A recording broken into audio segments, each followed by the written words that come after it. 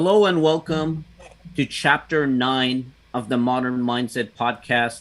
I am your host, Mafuz Chowdhury. I'm here with my co host, Camille. It is great to be back for our second episode since the season break. And for those of you that have been seeing our marketing that we've been doing around our last episode, I think I may be shooting for the stars here, Camille, but I think that may be one of the, if not the best episode we've released yet on the Modern Mindset podcast. I think you and I had a very hot internal conversation about it, and I went as far as took out the text from that and shared it on social media to show how hyped you and I got about it. But tell me a little bit about your thoughts around the last episode. I think we came in swinging from our season break. Oh yeah, definitely. I felt like it was a lot more. Uh, it just felt very fluid and very like flowy, if that makes sense. We were in the flow state. I feel like, and I think looking back and even watching it back, you can kind of see that. And I felt like we were very intuitive with the conversation itself, despite the fact that we did have a goal, which was to talk about um, what we did talk about. So I kind of liked how, even though we had this kind of topic, which we always do, by the way, is just this time it felt different as we were talking about it. It just everything felt naturally entwined within that topic, if that makes sense. And I just had a really good feeling about it, and I felt like we both brought up some really good, interesting points, and maybe some insights that people haven't really thought of or aren't very popular yet. So I just thought it was, well, it was my favorite episode so far, I think. In the spirit of it being called better presence, I think that was a big part of it. It's like I really think we were just really present in that episode, and you know what's really fun about our show is that we're always going out and living life and coming back once a week and talking about life, right? So what happens sometimes along the way that gets really fun is that we come back and we're actually catching up on the podcast episode because we haven't seen each other for that week while you and I took off in different directions and live this thing we call life, and we come back and we exchange notes. So I feel like our last episode, a big part of it, if not even like the first 20 minutes, was a lot about just catching up on the last week because so much happened. And the catching up in many ways, although it still relates to the topic at hand, it brought in the fluid part of what I was always hoping this podcast would be. You know, when we first started the show, I kept saying like, listen, I accept the fact that it will never replicate or mirror the real experience of you and I getting together and jamming, because as soon as we hit record, we're kind of going into a focused topic. But I really feel like the last episode was the closest we got into what it would have looked like if you and I got together for a meetup and just chatted. So that was so cool. And in the spirit of always trying to get 1% better, it makes me thrilled that our last two episodes might be our best two episodes yet. And here we go again, yet for another run, which I'm so stoked about. I reached out to you this morning, and only this morning did I tell you that I wanted to focus on a specific topic today. And initially, the topic that I wanted to come in with today was going to be called Better Escape. And the reason I wanted to talk about that is that I've been having a bit of a strange feeling since I've come back from vacation. I've been feeling a little bit off, and yesterday I really felt like I was off. I just like everything around me just felt like I wasn't emotionally there. And the more I thought about it, I was like, nothing is making sense. Like, I'm really happy with everything in my life. Like, things are actually really good. There isn't really a problem. Like, I can't point at something and say, this is why I'm feeling bad today. But I was feeling bad. And decided to take a break and escape for a little bit. And then I came back, and it resulted in me wanting to have today's conversation with you. And it was so interesting that I started off the morning by opening up social media. And it just so happened that today is officially the World Mental Health Day. And so I reached out to you again and I said, listen, instead of better escape, I think what actually makes more sense is let's talk about better mental health. And I think this is a big part of it because sometimes when we come on and have these type of conversations, you know, we're in many ways subconsciously positioning ourselves on some type of a pedestal or some type of a stage that almost looks like we're the experts that don't do anything wrong and we don't have these things that are off about us. You know, just 2 weeks ago, I delivered a keynote around productivity. And to me, sometimes it's a kick in the ass when I think about the fact that, oh man, am I being fake by talking about productivity? And now all of a sudden I'm having an unproductive off day. But the truth is, the realization, and I think it needs to be talked about enough, because if we don't, I feel like a lot of people on the other side that are listening may experience what I think is a terrible feeling, which is feeling like you're the only one having this problem because no one else is talking about it. You feel like you're isolating this problem as an individual problem. But the truth is, when it comes to mental health, it's something that every single person experiences. They have challenges around mental health. Sometimes it's based on external situations. Sometimes it's based on not allowing their internals to be balanced, or something just throws you off and people will have an off day. And I need to point out, because what we're going to walk down today, I suspect, is going to be a very sensitive territory. It is very important to point out that we are not experts in this field. What I'm excited to do today is talk about our experience around mental health. But for anyone that is looking for expertise help or really getting challenged with mental health, I encourage you, especially for my local listeners. I looked it up just before today's episode because I did want to be prepared. For my Canadian listeners, there is the Canadian Mental Health Association. That's cmha.ca. By going to that website, there's a phone number you can call. You can speak with experts. You can do your research there. And for my American listeners, there's also the American Mental Health Association, and I encourage you to look into that as well if you need professional help. But Camille, what I want to talk about today is the experience of what you and I have had over the last many years. Privately, we've talked about a lot about mental health, and I want us to do the best that we can in today's chapter in really outlining what mental health means, and how we've been able to navigate through some of the rough waters of what mental health challenges could look like. But I'd love for you, if you're open to it, to share a little bit about your experience with mental health, and I want to share a little bit of mine as well today. Sure. I mean, thank you for bringing up that disclaimer as well, because I am an MD, but of course I'm not anyone's doctor and I can't give out um, medical advice. So if you do feel like you can relate to some of these issues, please see a professional. And thank you, Mafus, for presenting the options that they have. I've struggled a lot with mental illness, and mental health and mental illness are feels like two separate things. And I think in this modern day society of the information age that we live in, and the fact that we have all these resources and internet, we can kind of create these new diagnoses. Like new mental illnesses. People create these new labels for for disorders that they think are maybe real, maybe they are, and they haven't been formally put in a box for psychiatrists. But also, we have to point out the possibility that sometimes it's just us hyper focusing on something else and trying to make sense of what's going on. And I think mental health is important to know that it is something you have to maintain. And to be healthy, like with your body, you have to feed it like good nutrition. Same with your mind. You have to feed it good thoughts and good habits. And if you don't take care of your mind, then it's naturally gonna not operate as well as it could. And that can be where you have a poor mental health. But where you have mental illness is when your your mind works in a way and your emotions feed that too, where it becomes disordered and almost uncontrollable to the point where it disrupts your daily functioning.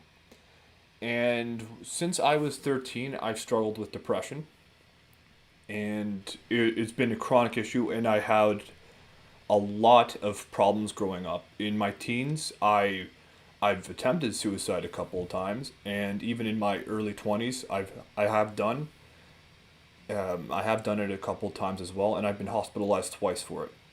And I was very suicidal for a long time.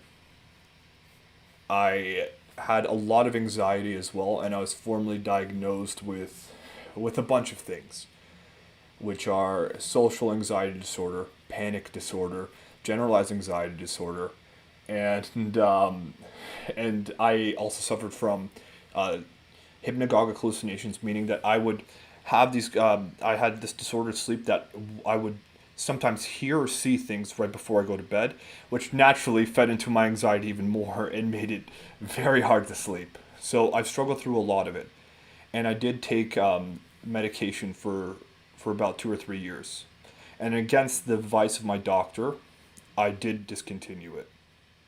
And that's not to say that you shouldn't listen to your doctor. It's just you should also try to fix the underlying issue as well. Unfortunately, the way the system works here in Canada is there's not enough resources available to patients. And it's very difficult to have psychiatrists to have that dedicated time for each individual patient's needs. So you need to be able to work on yourself. Medication isn't isn't a cure. It's to help facilitate your growth out of it. Because what it's supposed to do is change your brain in a way that it increases how it grows. So you have to work on it, meaning that you have to feed this new thought pattern, and medication will help facilitate that growth in that direction. And in order to do that, the best thing to do is work with a therapist that you can trust. And it's very hard to find one, let alone afford one, and then on top of that, one that works for you. Because sometimes it really does make a difference, the connection you have with your therapist. So, in the spirit of mental illness, I mean, the worst I've gotten where I've become almost borderline agoraphobic, meaning I was scared to be in crowded spaces. I would get panic attacks in crowded places like malls and stuff. And there was one time I got a panic attack from walking down the street in like in my house. So I was just going for a small walk. 2 minutes in, I just felt like there were my neighbors were like inside looking out their window and judging me, and that was enough for me to have a panic attack, and I literally ran home and I couldn't breathe. Like it felt like I was dying. Like I couldn't catch my breath. It felt like I was breathing through a straw, and my hands were sweaty. My my fingers were tingling. It was such a scary experience. And and I can go in more detail about other events as well, but the whole point is I'm not perfect either, but I think that's a testament to show that you can get through it. It's just very difficult, and part of the reason you have to accept is that once you have those patterns, sometimes those are learned ones, and it takes a long time to reprogram them. It takes a long time to feel like you're almost in a sense okay, but it's possible. And I'm regularly blown away and impressed by your willingness to open up on this podcast show. The amount of things you share about yourself is deep down, I'm grateful for that because I know how many people it's going to help. How many people might listen to a an episode like this and saying like, "Oh, I thought I was the only one that experiences this. I can't believe Camille goes through that as well." Which now gives them that level of empathy and understanding that hey, maybe if he was able to get out of it, maybe I can too. So I don't want to break out of this narrative because you've proposed the challenges you're going through, and I feel like we're going to be doing a big disservice if we don't also talk about how you work through it. Do you mind just diving in a bit more about situations like when you felt like you were breathing out of a straw and having these challenges of social interactions and whatnot? What are some of the baby steps you took at first, and how did you later either you overcame it, which I don't know, maybe you did, maybe you're still going through it, but what are you doing right now to get from where you were to who you are today? Yeah, actually, I had really bad social anxiety. In fact, it was the psychiatrist even called it social phobia, and so I worked with a therapist, and naturally, the antidepressants did help too, in terms of anxiety. But it was to the point where I was scared to talk in front of people. And in fact, I actually got like a panic attack once. I was with my friends. We were playing video games and we were just joking around. And then one of them asked me a question directly, and I literally freaked out. And so I had to work with a therapist with that. And I had this really interesting homework every week. So the first week, I had to walk down the street and just pay attention to how I feel and kind of look at people. And then it became you look at people and you make eye contact, even if it's for a second, even if it's for a glance, you make eye contact. Then it became you smile at them. Then it became you say hello. Then it was you ask them for directions, or you ask them some sort of question. I had to like actually make some sort of conversation, and with every step of voluntary exposure into what I was afraid of, I became more and more. Well, it wasn't the anxiety was less. It was more that I became stronger and I was able to manage it more, which is the goal in therapy. It's not to eliminate the symptoms because you have to accept that one, they may never go away. But if you can build yourself up stronger, which is the way that we should also frame how we parent our children as well, to make them withstand the pressures of life and to face the unknown willingly, to become more and more of themselves, that's where the true magic lies. And that's how you start fixing the problem. Because the problem is I was avoiding my whole life. And every time I was avoiding the situation I was scared of, it naturally made the circuit even stronger. I became more and more able to escape and avoid people because that's a pattern I was used to. And so I had to reprogram this new one. And part of that homework, after doing the directions, it became okay. Now do this with girls, and so that was a challenge. And then it became okay. Ask for like girls' numbers, like cold approach them. I had to practice that, and my God, was that tough. It was really hard, especially back then. But I did it, and then starting to date while being socially anxious was difficult. But I had to say after I was very dedicated. I was very focused on what I wanted. So I did try as hard, and I pushed myself even harder. So I after about 6 months of doing stuff like that, I became more confident, and I was able to actually function in group settings and in crowds. Now doesn't mean that I was still anxious and nervous. I wasn't like perfect. I was still struggling with that, but that was a step in the right direction, step forward.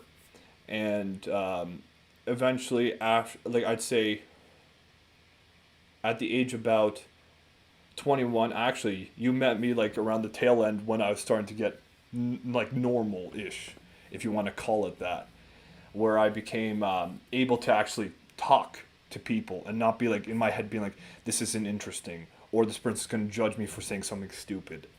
Like that was difficult. So it was a lot to do with therapy in my own way of thinking and exposing myself to what I was afraid of.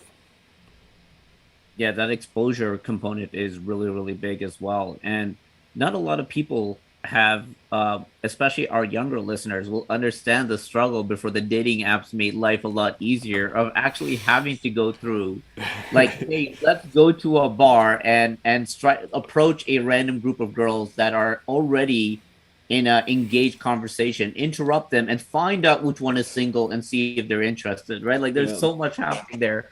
Man, we take it for granted that we have this application that shows us a single girl and what they're looking for and who they are right off the bat. Hmm. So having to go through that while dealing with your social anxiety and trying to sharpen up your social skills, and then there's other layers that get even deeper, like fear of rejection, right, and all these other Yeah. demons that can really, really scar you based on a bad night. And we've experienced things in the past where, like, if a night doesn't go well, like that could cripple us for many years, where we don't want to go out again. And if we do go out, we want to avoid that area at all costs to not have to revisit those people, right? So like, there's so much that happens along the way. And when we started this podcast show and we talk about, like, let's talk about better conversation and better experiences, we start by first pushing the agenda of, like, hey, it's about growing, it's about getting better, it's about like elevating and learning from each other's ideas. But that skill set and that like adding those to your arsenal also helps with the opposite, which is working through some shit that you're going through. Like better conversations about it and realizing like, hey, you've gone through something similar that I have. Let's exchange notes and see how we got out of it. Or even that reassurance, like, oh, it's actually okay to feel like this right now because others have felt it as well and it's not as unusual. And then better experiences of actually doing things with others that allows you to actually work through those challenges as well. To me, I shared my story around the challenges around engagement, right? Like, and when I was engaged, it didn't work out, and I went through some challenges in my life. The first thing that I felt from an emotional standpoint many years ago when that happened was I felt like a failure. I felt like I was unable to follow through on a commitment that I was planning to make, and this vision that I had in my mind of what it could look like after getting married with this individual was very different, and it caused a lot of anxiety and breakdowns in my life because I felt like I was the only one in my circle that was dropping the ball on not being able to complete an engagement, from going from engaged to getting married. And it hurt me for a long time because I felt like I was the only one. And then something interesting started happening that I didn't realize until after I went through it, which is the fact that when someone else sees that you're experiencing something that they have in the past, they just feel like they have a deeper connection with you and they're more likely to open up about that experience because they know what you're going through and they also know how bad it hurt and how much it crippled them. And out of that feeling, they don't want anyone else to ever feel that bad feeling again. So, what started happening that was really interesting is I couldn't believe the amount of people that were opening up about things that I didn't know about them, such as failed engagements. One of them was my realtor that I had at that time, and as my realtor was driving around, he kind of knew, because I was looking for a home for me and her, and now that her was out of the picture, he knew that my circumstance has changed, and he responded back very quickly by talking about his failed marriage, not his failed engagement, but a failed marriage, and he told me that, hey, believe me when I say this, that the fact that it happened before marriage is far better because then you get crippled far like beyond that, even financially. And he opened up to me about that. And he was just my realtor. We didn't have a deeper relationship like that. And then on top of that, I had four other individuals that talked to me about challenges that they had that was very similar to mine. And at that moment, without even being strategic about it, I started noticing that the pain was starting to dissolve. Knowing that it's actually more common than you think and others are going through it, and also the fact that others came out of it and they're better because of it. Those case studies allowed me to feel like I'll be fine and it helped me work through it and also learn strategies of how they coped through it, which is why when we started off the show with better conversations, I can't even begin to express how important having better conversations is, even when it comes to self healing. We talk about the growth component being proactive, being on the offense, but I also want to talk about the defense. Defending your mental health, defending your sanity, defending your emotions from being harmed based on picking up information through better conversations. And this is why I would say I'm such a massive fan and student of all things personal development because I really believe when I said the statement many years ago, which is the fact that everything starts falling in place when you focus on working on yourself. I believe that so much because I would say from every single challenge I've ever had emotionally and mentally, whenever I felt like something was off, the instant thing I run back to is how do I keep working on myself? Because by working on myself, things just start falling in place. And it actually took me back to a really fun movie, The Wolf of Wall Street, that I was watching not too long ago. And I remember the speech that he made, and I pulled it up here because it was a really good speech where he's trying to motivate the group of individuals, and he's using the fact that they have pain points to remind them that, hey, if you have pain points, use that to fuel you. And he says, so you listen to me and you listen well. Are you behind on your credit card bills? Good. Pick up the phone and start dialing. Is your landlord ready to evict you? Good. Pick up the phone and start dialing. Does your girlfriend think you're a loser? Good. Pick up the phone and start dialing. And, his mentality was if you're unhappy with where you are, do that thing that you know will solve it. And I can't even begin to emphasize how much personal development was for me, right? Like when I'm feeling down and off, good, work on myself and do something about it is how I saw that speech to be in my mind every single day. And I mentioned to you that, I came back from vacation 2 weeks ago and there's a lot that happened because of that. First of all, We can take the time zone into consideration. Yeah, it threw me off a little bit. It kind of messed with my sleep. We're not going to take that out of the equation, but I would say that played a small part. But then there was also the fact that there was emails and to-do lists and tasks that were building up in the back end while I was away. I strongly believe that it's easier to keep up than to catch up. And unfortunately, by going away for a full week, I felt like there was a lot of catching up to do, and it took a toll on me. Then on top of that, I gave myself a big diet and workout, and my routines came to a halt. I was pigging out, and I allowed myself to do that, knowing I would get back on track. I wasn't working out; a gym wasn't conveniently available for me, and I put a lot of things on halt. So when I came back, I felt like that momentum was kind of gone. It dissolved, and I had to build that momentum back up. And I would say that it was really yesterday that I felt like it finally took a toll on me, and I couldn't figure out what it was. I just knew that I don't care what I had piled up. I needed a me day. And a me day sometimes means unplugging and getting back on track. But to me, and I'm curious to get your thoughts on this, but I think the way that I decided to very quickly resolve that, being that I've experienced something like this in the past, is trying to get back into my routine as quickly as I can to give myself some level of sanity. Because when you're not following your routine anymore, you feel like everything's out of control, right? You feel like you don't have a grasp, and you feel like you're not being yourself anymore because all these things you worked on is now all over in the air. And every day is so unpredictable that you don't feel like you're grounded. So what I do right off the bat, this morning, even before our podcast recording, is I just went to the gym and came back, and I did that because I needed to remind myself that that was part of my routine. I starting to eat healthy again. I got back into that routine, not skipping this podcast show. That's important to note. I could have called you, and you know what? You being the great friend that you are, you would have let me. I would have been like, Camille, I'm feeling off today. I don't know about you, but I hope it's okay with you. But I'll take a day off and let's come back next week. I know you, and I know how much you care about our relationship, and you would have let me do it. But I said I needed to keep a sense of routine, and because of that, I came back on it. And I can tell you already today, getting the gym out of the way, getting my usual healthy breakfast out of the way, and having this podcast episode right now, I'm already starting to feel like that great feeling that I get of achievement every single time that I'm in my rhythm. And I feel like that mojo is coming back. But to me, I strongly believe that, I think of Wolf of Wall Street, that mindset is the fact that when something is off, it's a realization that I need to do the one thing that I know that'll get me back on track. It's not picking up the phone like the movie, but rather working on myself, which made the world of a difference for me. Hmm.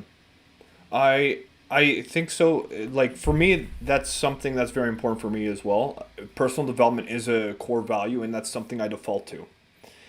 And and I feel like a lot of people misunderstand that as anxiety, because some people feel like you're only working on yourself because you're too insecure to recognize that you're okay. You can't take a moment to rest and stop, because if you stop, that's when your anxiety comes, and that's why you distract yourself with work. But the truth is for some people that is the case. I think for you and I, for sure for you, and for sure for me actually, it's it is just something that we're driven to do, and that's how we become more of ourselves, is by working with ourselves and to become better versions of ourselves. So I think that's, like you said, it's a more grounding experience because you're reconnecting with who you are. And who you are, Mafus, is someone that works really hard on himself and wants to become the best version. So I think it's a great strategy too. I default to that as well. And what I realized too is that everyone has like their own specific needs, and when a me day, for me is different than me day for anyone else. I think, and I'm discovering more and more what a me day looks like. Kind of changes as I age, and before 5 years ago, a me day would be I do nothing, I just play video games all day. Where now I know that what actually would make me happier is doing some sort of physical activity or exploring a new one. Like that, that's the stuff I live for. And like it's very hard to find sometimes. Sometimes it's so hard to know what you want, and you have to kind of pay attention to that. And feeling like something's off is an okay feeling too, because I think we in our society too we have all these comparisons drawn about like people that work harder than us, people that achieve more than us, people that make more money than us. It's only natural that when we're not working towards something, we feel like we're stagnating, and in fact that we're a failure because there's so many comparisons of that. But what I find more and more that's helpful for me is to kind of be okay with the fact that one, I'm not them, and two, no one's gonna have like good days. I mean, we always go back to the gym analogy because I think, well, first of all, I like pretty much do nothing else besides that. Well, besides that and reading, but it's because it's a great thing to know that like some days you just feel off. You don't connect with the exercise. You don't get that same pump.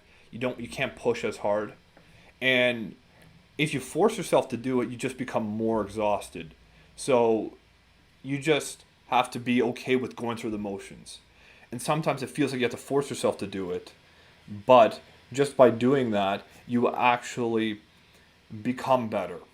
And what I've noticed in my depression as well, that I have something that, well, like one of the most common things with depression is anhedonia, meaning that you don't take pleasure in doing the things that you normally do that give you pleasure.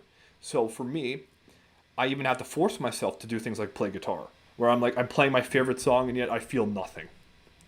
But it isn't until I played it the third time, like okay, this is this tickles a bit, so that's a good sign, right? And sometimes it feels like you have to force yourself through that, and as long as you don't, I have a very hard time using that word force because it's not like I'm trying to say you absolutely push yourself to do it. It's more that you have to kind of be okay with being like, I don't want to do this, but I know it's good for me.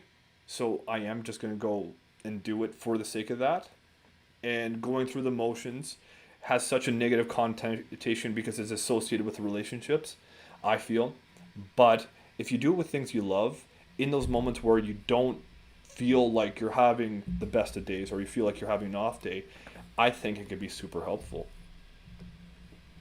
Your definition of what a me day is such an important point, and I love that you even tailed it off by saying doing the things that you love, because a me day is can be defined in many ways. And I like you. When I used to do me days, it was about like, hey, let me lay in bed and watch Netflix all day and tally it up to I'm resting. But the truth is like those examples of like take a day off, what does that mean? Being that I'm going to stay in my bed and be in my PJs all day is not necessarily what rest day, a me day is really about. Like I think a me day comes down to this. When I think about traveling, which is something I did a couple weeks ago, I think a lot of people sometimes travel to escape from life, but I actually think a me day and why you travel is so that you don't let life escape you.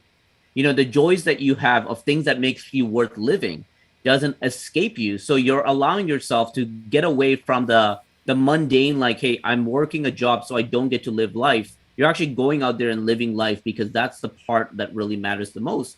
And I think a me day comes back to that, is doing the things that allows you to hold on to the things that you love about life. And for you, a guitar was a great example. I think the workout is also a great example, because of the fact that that is something that you may enjoy doing that's also bettering you. When I lay in bed and watch Netflix and I give myself a so-called me day, I wake up the next day feeling worse. I feel like I got nothing done. I feel like the pileup got bigger. I felt like I'm a lazy loser and I'm hard on myself because of it. But the truth is, when you start doing the things that you love on those me days, it makes a world of a difference, which is why I'm such a big fan of thinking about like what are the things that I can do that doesn't require anyone else's assistance. Like what can I do? And this could be like if there's a movie that you really really love that maybe no one else likes or no one else is available to do it, like go and watch that movie. Like don't rely on someone else being available to do that. If you like going on a long hike and you don't have anyone to do it, go on that hike. Decide what you want to do on any given day. There is such a beauty with being happy when you're alone that I think a lot that gets highly underrated and very misunderstood. Because alone doesn't mean you're just laying around saying I'm happy being myself. It's like you can be selfish with what you want. I talked to you about this, when I first moved into my Oakville condo many years ago, which was the first time I was living by myself. And when I went there, I told you about a great thing that One of our closest friends, Mike, told me the day he helped me move in. He said, "Listen, you see all this? You see the frames on the wall and the pictures that you're going to put up? Put up what you want to. Like, if you like the nerdy superhero stuff, which I definitely like, put those up. Like, this is an opportunity for you to live the way you wanted to live, not based on the way that you were raised and what you were used to seeing. If you're used to seeing the living room is decorated in a certain way your entire life, you're very likely going to decorate it in a similar way. But what if you decide that all of a sudden you don't like black furniture anymore and you want to go minimalistic and white? What if you decide that you'd rather have everything facing the sun instead of the television set? What if you decide that you want to put up posters all over the wall where once upon a time it used to just be a clock? You can make those decisions based on what matters to you and what keeps the love of life inside of you. And I think it's worth thinking about that from a me day standpoint, is doing the things that you want to do that because it makes you happy and for no other reason, and not by what you were conditioned to do along the way. The other part that I really like that you brought up was the comparison aspect, which I think plays a very heavy role in why our generation is having a lot more newer mental health challenges than we've ever seen, or if not newer, at least in a larger extreme, which is the element of being able to compare in ways that we've never been able to compare before. I want to start by talking about a quick suggestion here, which is you can control the noise in many ways without understanding how much of a control you have. I think it's very, very much misunderstood. For example, when you open up your social media account, if I open up Instagram right now, it can get quite overwhelming if I'm following 5,000 people. It's kind of like the equivalent of having 5,000 people in your room talking to you at the same time. If that doesn't cause anxiety, the thought of that is causing me anxiety. So I don't know what else would. But the realization that your social media is more like a radio dial. It's not about you turn it on and there is noise. If you open up Instagram and you weren't following a single person, you just have an empty space. The social media is just only as loud as you make it. So it's up to you to decide how loud you want to make it based on the amount of people you want to follow. And if all of a sudden you're feeling like you get overwhelmed, it's a good indicator that you can bring that number down.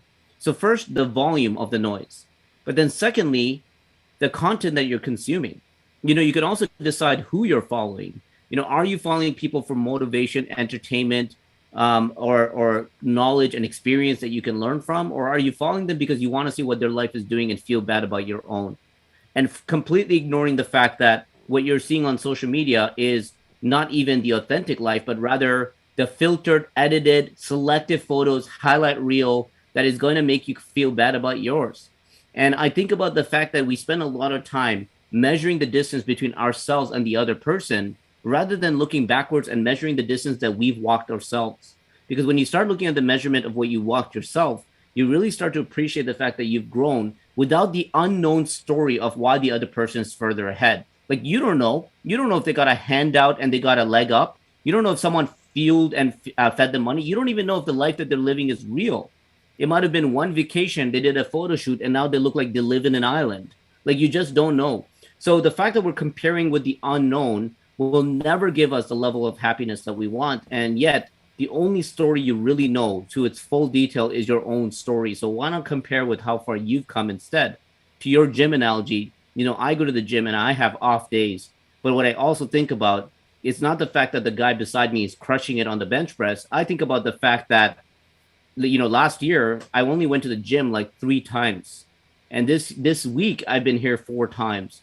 So my worst workout is better than my prime last year. And when I realize that, I go home a lot more content knowing that even if I had a failure day at the gym, it's still a winning day overall in the bottom line. And that to me makes me a lot more motivated to stay focused on the prize here. Yeah, I think about it too. It's like we're so focused on the outcome nowadays. Is just we stop thinking about the present moment and the next step. Sometimes I feel like when you don't even make a comparison with with another person, and sometimes you make a comparison with yourself. Be, it's good to compare backwards because you can see the progress. But sometimes, like, I feel like I get stuck with comparing myself in the future of who I want to be, and it's almost like I'm betraying the ideal self by being in the present and giving in to those desires that won't push me forward there. And it was something I struggled with a lot. because like naturally I want to be the best version of myself, but I have to recognize that like I'm not perfect and I do have these like wants, and sometimes I will waste time watching YouTube videos that make me laugh, or sometimes I will scroll through Instagram mindlessly and not realize that hey, like this isn't helping me. But like that's okay. It's the same way with like having off days. I feel it's, you want everything to work all the time, but sometimes it doesn't, and that's okay. Your energy can be off, and I become when I become paralyzed with the fear that I'm not achieving what I can achieve, and that's betraying my future self. What I find really helps is to just focus on the next step. So if my future self wants to become more knowledgeable and more relatable, and I just think about, okay, how do I do that? How do I become this amazing communicator, this person with that knows what to say and has all the right words, and has these kind of insights that really relate to people, that people can really take away. I fantasize about that, and what I've learned actually is that fantasizing about the person you can be, or if the situation in the past, how different you would have been if a situation played out differently in the past, actually wastes your brain energy, right? If you look at it in an energy context, what am I doing that, like, what is the cost of what I'm doing? There's always going to be a cost. And some of it is just energy if you're just stuck in your head and wasting time. Sure, you can argue different things, but for me in general, I'm going to stick with this analogy of energy, because the whole point is that in our modern day society, people that play video games tend to have a worse executive function, meaning that they're not able to take like an abstract big thing and break it down into smaller steps, because there's a huge thing. You can't just say create a resume and people know what that means. In the same way that you can't tell like a 2 year old clean your room and they'll know what that means. You actually have to like you break it down the individual steps. And so when I'm stuck, I hate doing this exercise, but it's so helpful. It's what do I want? I have that. It's a big thing, and then I pinpoint. I write down exactly what I have to do. So if it's writing a resume, it won't be something as simple as update your resume. It'll be detailed to be like open up the file on your computer, type, type your experience, your work experience, add the years now, add this statement, update your email if you changed it, all these different things. Like actually break down the micro, and then that way you can focus on the next step. And that way I'm not caught up with that, because when I use all my energy on fantasizing about the person who I could be or the person who I could have been, then I don't have that energy available for me for other things, because it is using the problem solving aspect of your brain.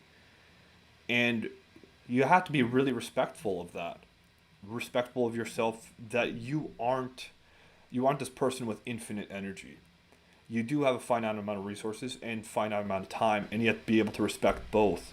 So naturally what I find is that being okay with the off days kind of translates to that too.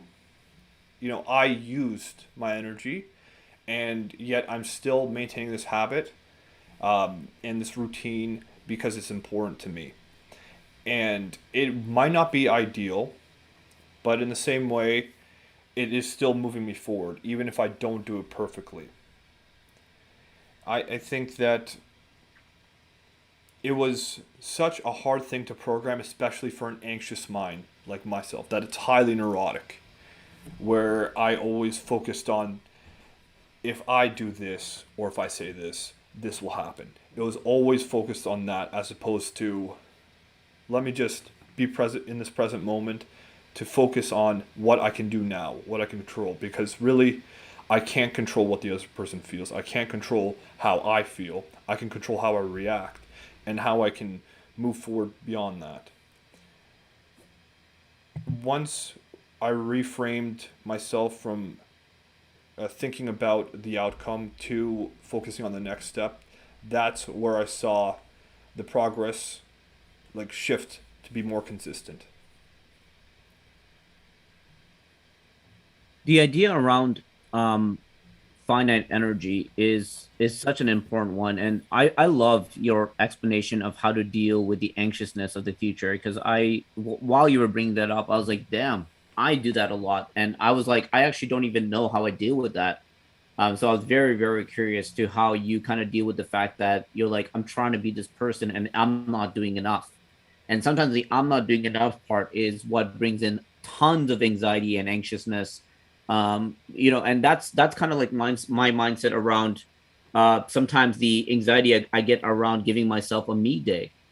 Knowing that there's so much that needs to get done and I'm not doing it and I'm allowing myself to be okay with it. Like that's sometimes hard to really disconnect from. How do you, it's kind of like I told you, like we went on vacation just before our book launch day. It's like, how do I not think about the book launch while I'm there? But yet I was able to. And I thought that was really, really interesting once you get to that level of thinking.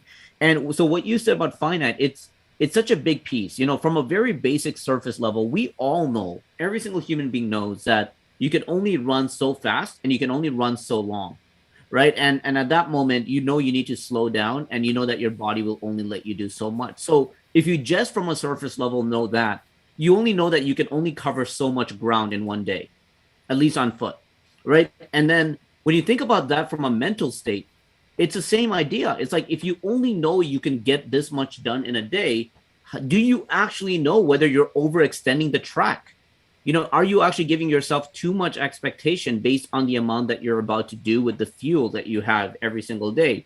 And it's also worth noting that everyone, like physical energy, everyone also has different mental energies, right? And if someone like myself has very low mental energy, I was actually on a date night just 2 nights ago, and my girlfriend literally saw the instant that I went from hyper talking to like dead, like gone, like completely checked out. And she even said, like, what's wrong? What just happened? And I was like, honestly, nothing. I'm just exhausted. And I just realized it. My energy level goes off in a split second. So with that realization that you've highlighted so well, Camille, it also gives me the understanding that I give myself a to-do list of things that I want to get done each day.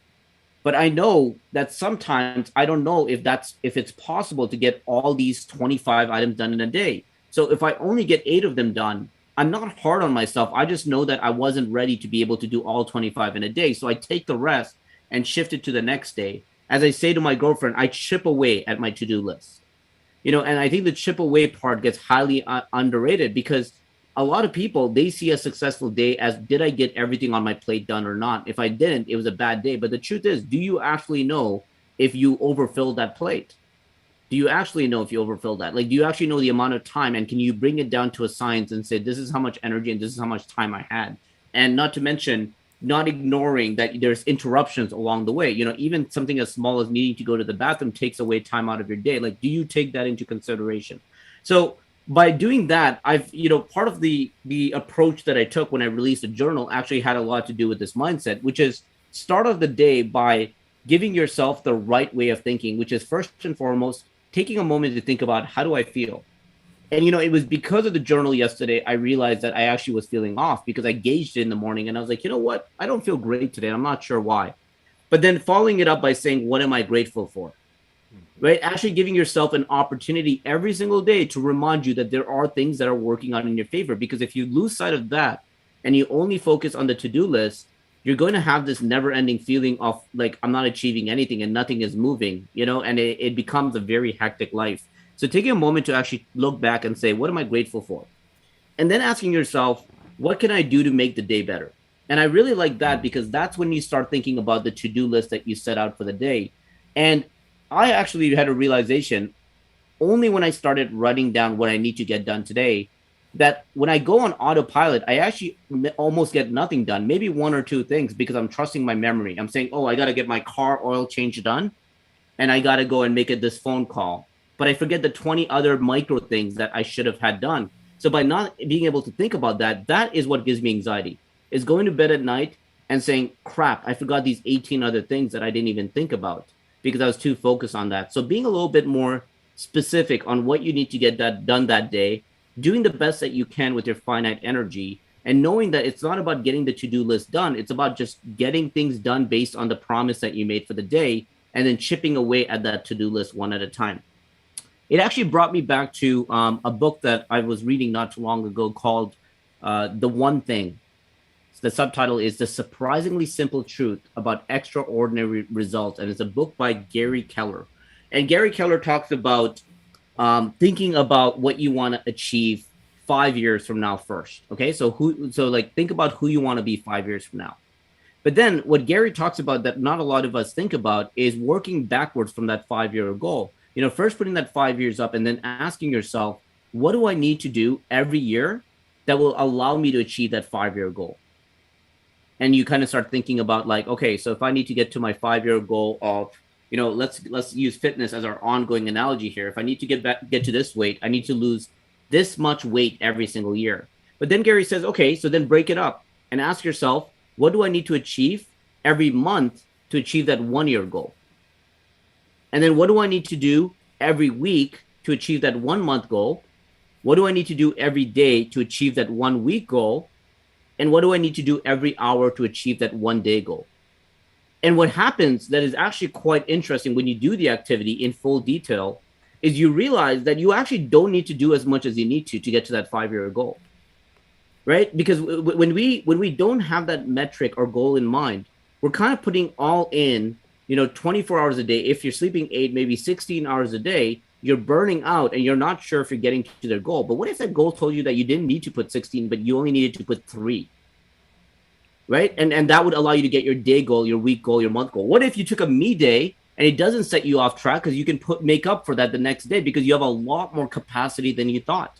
Do we actually know that? And I think that book, which I'm going to read out one more time for those that are interested, The One Thing by Gary Keller, is a fantastic way to think about it because what he helped me realize is that I'm actually putting in more time than I need to get to that goal that I have.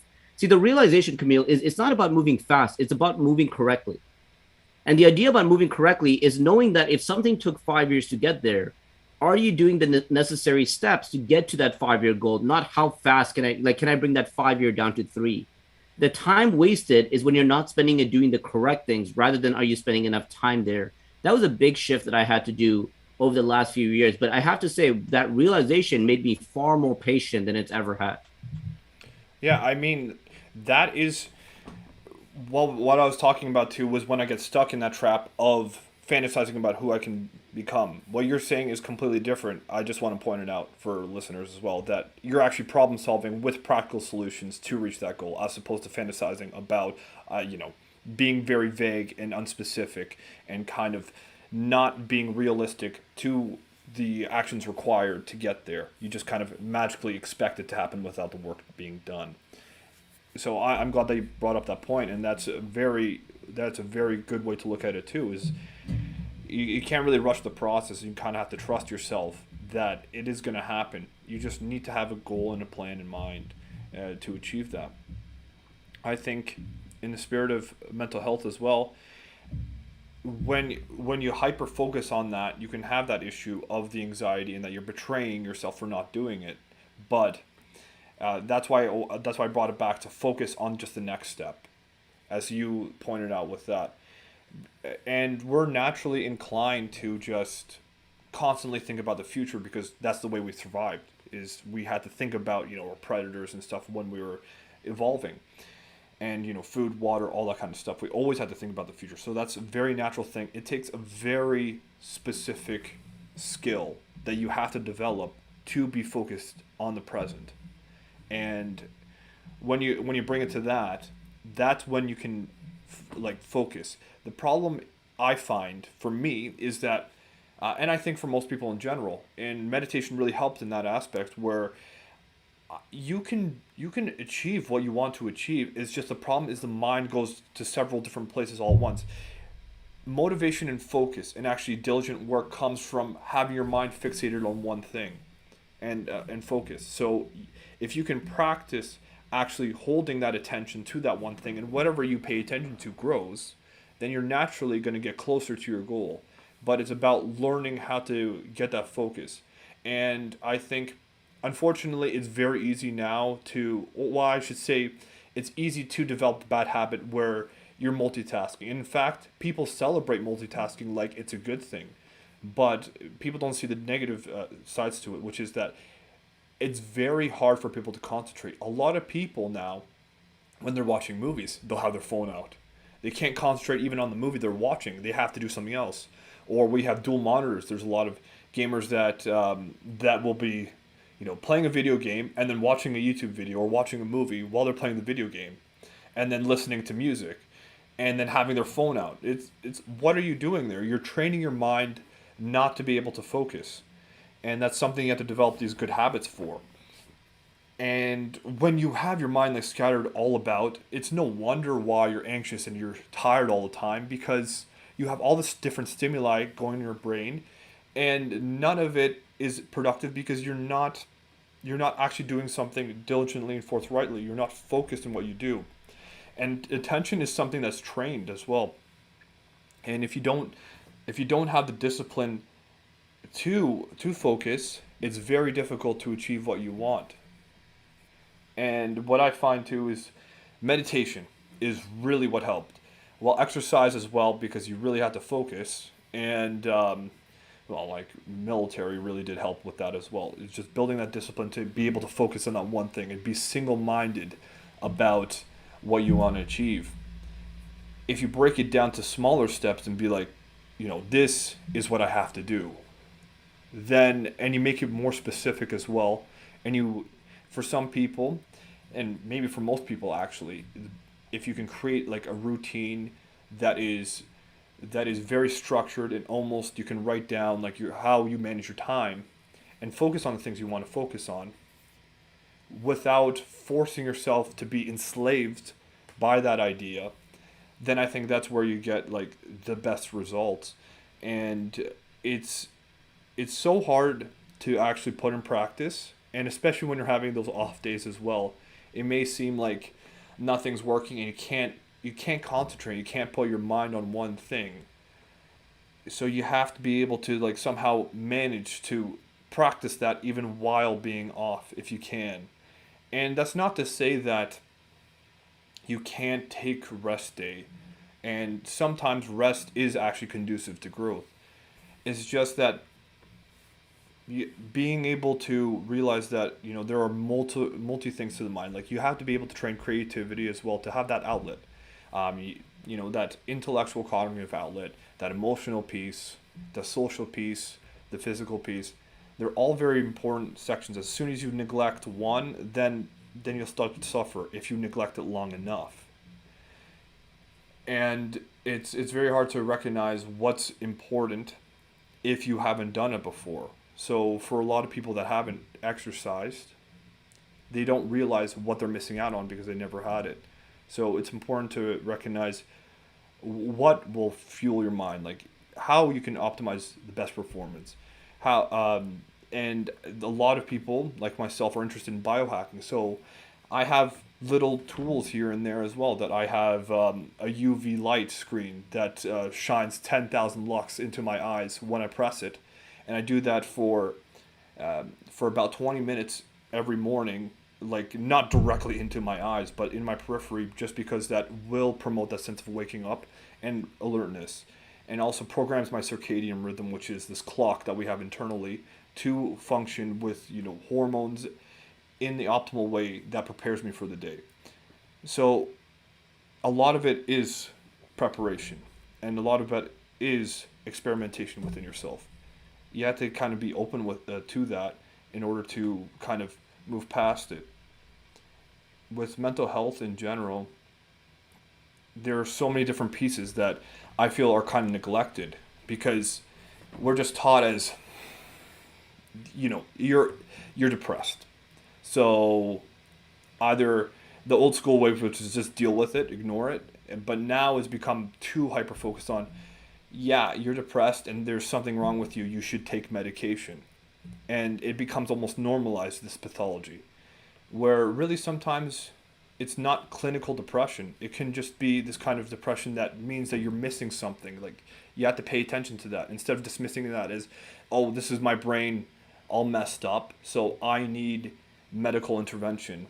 Sometimes you, of course, see a psychiatrist, see someone that is a professional to diagnose it, but also be curious about that. Like, what exactly is going on here? Why are you feeling this way? Because it's something that we constantly struggle with now because of the fact that we're bombarded by all this different stimuli, and we have to have our phone on us at all times.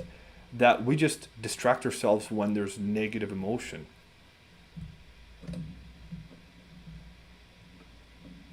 It comes back to our understanding of us being unique beings as well, right? Because it's like even the advice that I'm giving, I know that sometimes when I talk about writing things down and using that as like your strategy and structure, it's like that's still a new habit, right? Like that's still something that someone that didn't do in the past needs to add. And in some ways, if it's not managed, it could cause more anxiety than less because now you have this one other thing that you need to do every single day. I think when you and I were talking about tracking our time as an experiment, I think you mentioned that as well. Like adding that extra thing wasn't a good thing for you. So it's really about paying attention to what works for you, which I think is an important thing because the beautiful thing about your body and your mind is that it's going to point out the fact that something's off, right? And sometimes you feel that, but you're not necessarily spending enough time to reflect and figure out why you feel. So it's pay attention to those. I spent a lot of time yesterday on my off day asking myself that, like, what happened? Like, why exactly do I feel that? And even though I feel like by the end of it, I may not have answered it, I have a much better understanding. And more importantly, because I paid attention to how I was feeling, I noticed when I got better. I noticed that something was working and there was progress happening. So by paying attention is sometimes the first step, and then slowly start implementing different ways that you can make that work. Once you start figuring out where the pain points are, there's a lot more that you could do with it along the way. I love your emphasis around the focus and where multitasking could cause a lot of challenges down the road.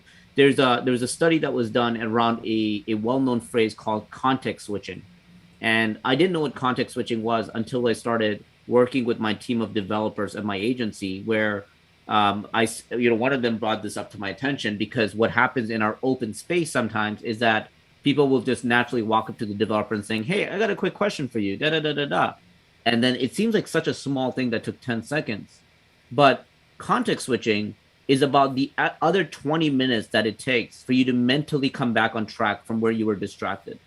And it's actually 20 minutes. That's what was figured out in a study, that when you get distracted and your mind gets disconnected from something, it takes about 20 minutes for you to be fully engaged on that thing that you were working on or the thing that you were doing. So you imagine a TV show. You look down at your phone, you're distracted, you respond to a text, you look up.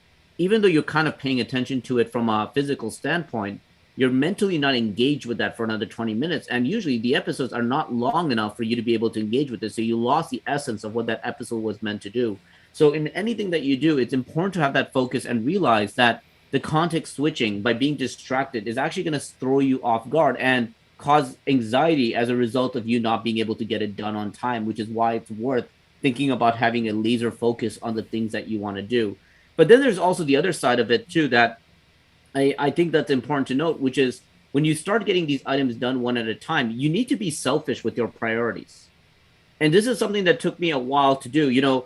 When someone needed something and they would ask me to help them with something, I know that even though it was their priority, I feel guilty for not helping them if I say no. I feel guilty for not helping them get their thing off the checklist because I was the reason why that stopped. But I'm okay with that, and I'm at peace with that if I know that by doing that thing to help the other person actually throws me off my priorities. The other day, I actually said no to a paid speaking event. This was last week. I said no to a paid speaking event, and that felt really good, Camille, because saying no to paid speaking events highlighted a couple things. Number one, it highlighted the fact that it didn't align with my priorities for that month. In fact, there was too much going on in that week that even though there was money involved, it didn't make sense for me to squeeze that in there because I was betraying my energy level that I believed in. The second thing, as you highlighted, is the fact that there's many other priorities that are important outside of the financial standpoint. And if money was my only driver, my only priority, I would have said yes, and I would have figured it out, and I would probably have sacrificed something that wasn't earning me money, even though it was technically good for me. But by knowing that there's other parts of me that's equally as important, such as my relationship, such as my mental health, I was able to look at it and saying like, you know what, adding more financial substance to this week actually does not make sense. And it felt so empowering to be able to say no, because it was at that moment that I really had the reassurance that I wasn't letting money be the only driver of my decisions day to day. There was other things that were driving it along the way. I love that you're also getting into the practical standpoint, and I think this is the best way to spend the rest of our time is some of the practical practices that we have that allows us to help with our mental health. And you mentioned meditation, which is really important. I also mentioned briefly journaling, which I think is very important as well. I'm also a really big fan of meditation, and I think over the show of Modern Mindset, we talked about meditation a couple of times, but as small examples. I really want to spend this one being the one that we go deep on meditation, because I think it is one of the biggest additions that has really allowed me to get a good grasp of my mental health and really allow me to be more in control of being in the present. So I'd love to talk a little bit about meditation, if that's okay, Camille. I'd love to get hear a little bit about your experience, maybe the origin story of how you came across meditation the first time. Were you a believer? Were you sold on it right away? Because some people sometimes hesitate to get into meditation. Some people, for some reason, doesn't believe in the benefits of it. But what was that experience like for you, and what are your practices like now? Oh, right. So I think like around 6 years ago or seven, my therapist did do like kind of it wasn't exactly yoga nidra, but it was kind of like a body scan like of muscle tension. And so I really couldn't do it. It wasn't for me, and that was my first experience. I didn't really notice any benefits. But then in med school, I had a lot of problem. Like I had a very hard time sleeping. I was constantly anxious, constantly thinking about the next test, what I studied throughout the day, and I didn't know how to stop it. And the more I became interested in holistic approach to medicine in general and to the patient, meditation constantly came up in these studies and constantly was recognized as something that benefits pretty much every faculty and actually trains different neurons in your brain to fire differently and to actually strengthen the brain areas associated with attention with inhibition of pleasures and impulses. So I became very interested in that way, and so I used it as a way to sleep.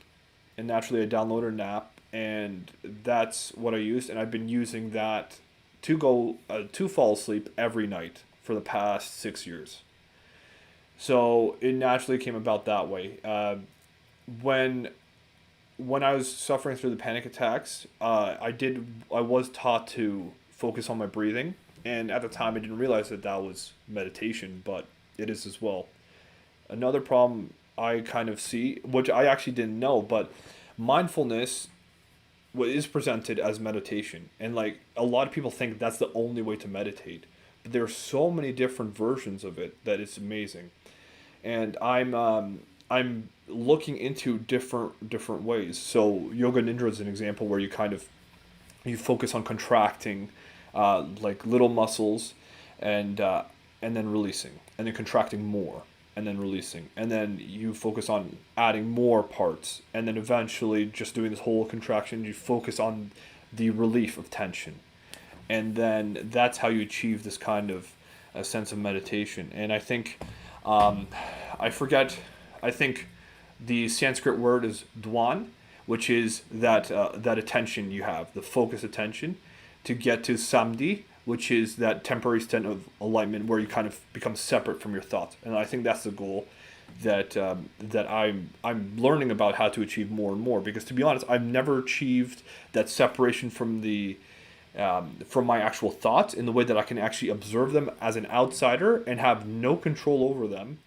I mean, it was almost like watching a movie, and I've only had that maybe 3 times in my life throughout my whole 6 years of meditation. And now what I find more and more is because I'm not focused on retrieving that. Where now I'm learning these other techniques to see what works for me, and there are so many of them that I really enjoy chanting. So using the like chant, that is very helpful for me. And like I forget also the name of the other one, but there's one where you put your thumbs into your ears to block them, and then you kind of buzz like a bee, and you make these vibrations so you could feel it in the front of your face. And that one I found very effective to just completely like shut off my mind, and very relaxing too. And you can combine that with closing the nine gates, where you put like your fingers in certain points, um, and and I forget exactly how to do it off the top of my head. I had to actually look up that. I've just been experimenting with all these different techniques, seeing what works for me, and it's super interesting. And I want to point out to people as well, these are techniques that have been known for over 3,000 years, and science just recently started validating them. There was a study that came out just like last year, and I think if you read if you read the book by James Nestor, I can't remember what the title is. The title escapes me, but James Nestor talks about how important nasal breathing is. There's a technique called Nadashuti where you block out one nostril and breathe through the other. And they actually did a scientific study, actually two of them that I've read, where they have the patients do that practice, and they'll have one group to close out the right nostril and the other group to close out the left nostril. And there are actually changes in heart rate, blood pressure, and general like emotions.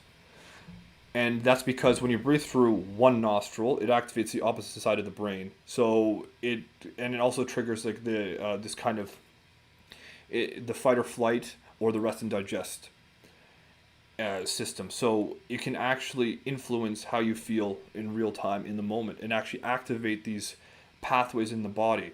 And this has been known for 3,000 years. It's just now it's getting more and more accepted and researched in the scientific community. So it was very easy for Western medicine to deny it, but now that we're seeing the benefits, it really reinforces the fact that it works. And that's what got me more and more interested in digging into more detail and in different techniques. So it's hard for me to say which one I'm currently doing, because I spent about 20 minutes a day looking at new ones. And honestly, there's so many that I can't even I don't even remember the names of most of them, and especially because it's a different language. A lot of the names, it's hard for me to remember. Um, I find it super interesting that mindfulness has been taught as that's the way to meditate, but actually the goal of meditation is to be mindless, to separate yourself from your mind, from your thoughts. That's a definition of meditation. Well, that's the goal of meditation. So it's almost kind of counterintuitive if you think about it. To be mindful, to be present in the moment, is actually to be mindless, and that's what I find super interesting, because when you start being able to detach yourself from your thoughts and your emotions, then you can actually listen to who you are and become a better version of yourself, and be okay with the fact that you can't control how other people feel, or you can't control these certain outcomes, and it's okay. It's it's honestly such a beautiful thing to research about and to learn how to do, and I'm still in my infancy of learning it. But I know that you've been meditating for quite a while too, so I'm curious to hear how what your experience is like. There's a study done by a well-known author and researcher, Dr. Joe Dispenza, and he talks about the transition and steps that are required to have that release from your thoughts. And it's interesting that you pointed out how like being mindful is almost contradictory. But I think it was Joe Dispenza that first made me realize that the part about being mindful is actually just the first step, is to actually be very intentional and receptive of what your body and your mind is telling you, and then having that separation piece. And he actually has a really interesting practice that that might be worth trying out for you, Camille, if you're trying to get more of that feeling of that separation from thoughts. That I actually found that to be one of the most effective, which is he talks about the idea of sitting still and feeling like there's water rising from the ground, and it's slowly elevating to a point where the room where it finishes up with the entire room being filled up with water. Because what happens is you start feeling a certain aura around you on the external, almost like you had this like external shell, like an eggshell around you. And when you start feeling the buildup of that, and you start paying attention to things that are actually not your own skin, like you're trying to feel feelings that are a little bit further away from your body, you actually start using that as your separator, which I thought to be very, very effective. But your point about like so many different ways to meditate is something that took me a while to understand because first and foremost, I got into meditation because of the fact that there's a lot of people that I look up to in different industries that have constantly been highlighting meditation as one of their practices. And this is thanks to the fact that one of the other practices that I do, which is listening to audiobooks every day, it also allows me to not only better my mental health, but it allows me to learn new things that I bring back into conversations like this one, like I just did with Joe Dispenza. That came out of an audiobook. And the fact that I keep hearing about meditation over and over again, it finally made me want to look more into it. And I have to tell you, at the very beginning, when I started going around and asking other people in the world of meditation how to meditate, because I was trying to learn the basics, I started getting the same answer, which used to frustrate me at the beginning. They would always say, there is no wrong way to meditate. And I was like, okay, that's awesome, but I really want to learn how to do it. Like, what do I need to do? They're like, there's no wrong way. And it frustrated me. But I realized down the road, what you're saying is so true, which is the fact that there are so many ways that someone actually shouldn't be telling you how to meditate. They should be showing you what these options are, where you experiment with them and figure out which one is best fitting for you. For example, in the Muslim religion, praying 5 times a day is a form of meditation. Standing silently in a quiet room, facing a certain direction, and having a laser focus on not only mindfulness, but also the focus of being in the present and connecting with the higher power is a big part of that meditation process for many people as well. So it was that realization that that was the case. But for those of you that are like me, that maybe was trying to figure out where do I start and not sure how to first get a taste of meditation, I encourage you to actually use one of our best sources out there, which is YouTube. Because what you could do by YouTube is you could search guided meditation, and you find guided meditation that's as short as 3 minutes and as long as 1 hour, maybe even longer, and work your way up. At first, the idea of sitting in silence for an hour seemed daunting to me. Like, I was like, how on earth is anyone going to sit in silence for an hour? Where we know some of the best in the world sometimes do it from anywhere from 5 to 8 hours, which is mind boggling. But I realized that once I got through 3 minutes, and then I did 5 minute guided meditations, then I did 10 minutes. At about the 10-minute mark, I started realizing the three was not long enough for me. I actually started staying away from the three because it felt too quick. Then I moved up to 15. Then I moved up to 20. By the time I got to 20 minutes, 10 minutes felt too short. Then I got to 30. Then I did 1 hour. And now I can't do anything less than 30 minutes. And I feel like it's just not valuable enough. And I learned that it's usually in that first 5 to 10 minutes that you're kind of going through this battle of trying to get your mind into the present. You're trying to block out all that noise and all the thoughts that you came in with before you started the meditation. So I find that that 5 to 10 minutes wasn't very effective for me personally. But then after a while, I got really good at using that first 5 to 10 minutes to get my mind balanced and then have a laser focus on the meditation and then have mindfulness and then suddenly have that separation of thoughts, which I can't say I achieve every time, but it definitely does help in many, many ways. I think that reoccurring practice started making me realize that there was a lot of benefits that I didn't see from day one. Priya and I, who are in this golden love of personal development, are constantly trying to teach each other new things that we could try.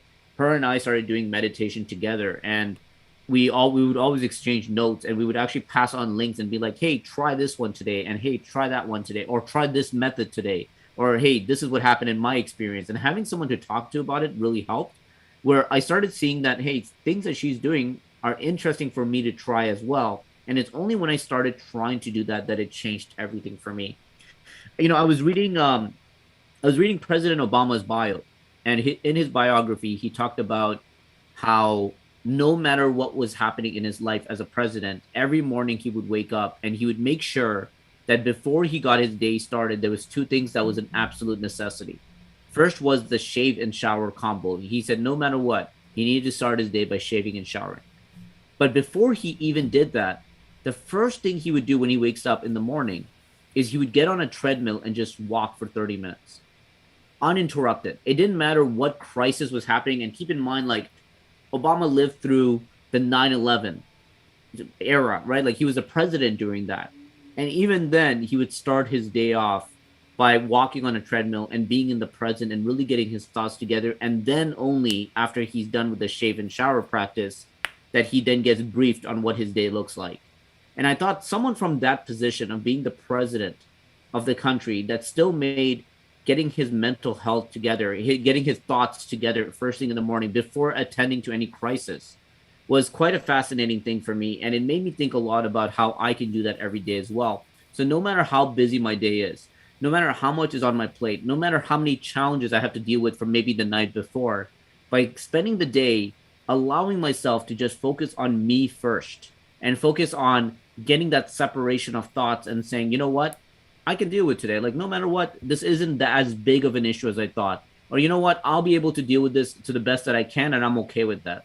It gives you that level of peace and healing that's sometimes hard to do when you think you are your thoughts. You know, when you feel down and you're saying, okay, I'm a sad person, or I'm depressed, or I'm an angry person, attaching that with what we talked a lot about in the last episode around identity, it starts becoming very difficult to separate and eliminate that part of you because you make it seem like you're living a bad life and you're unhappy and there's no way out of it, rather than the fact that you're observing that these are what you're feeling at the moment and you can deal with this and get through it.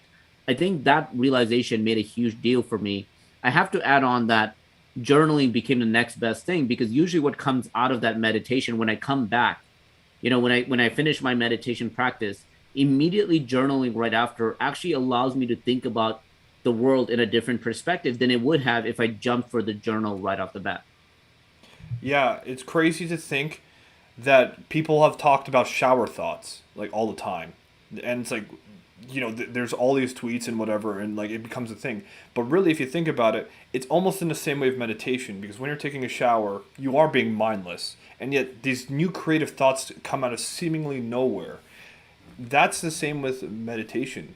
I find that like it really does allow you to connect with yourself on a level that optimizes how you think and how you feel in the way that you want, that is conducive to your personal journey and your growth.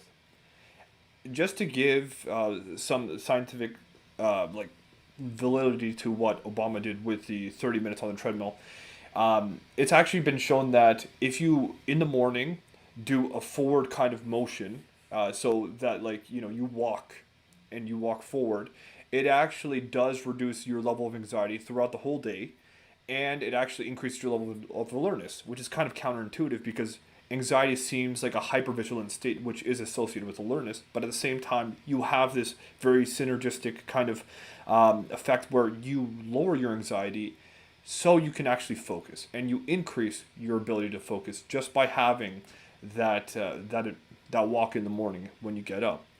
And of course, I don't remember the specific numbers, but of course 10 minutes is good enough. 15 I think is optimal, and anything beyond that is better. But you can start at anything like that. And also meditation, the transformative part of meditation, where people become these new people, and they become more connected with themselves and just more at peace with who they are. That transformative part of meditation comes when you do meditation at least 5 days a week.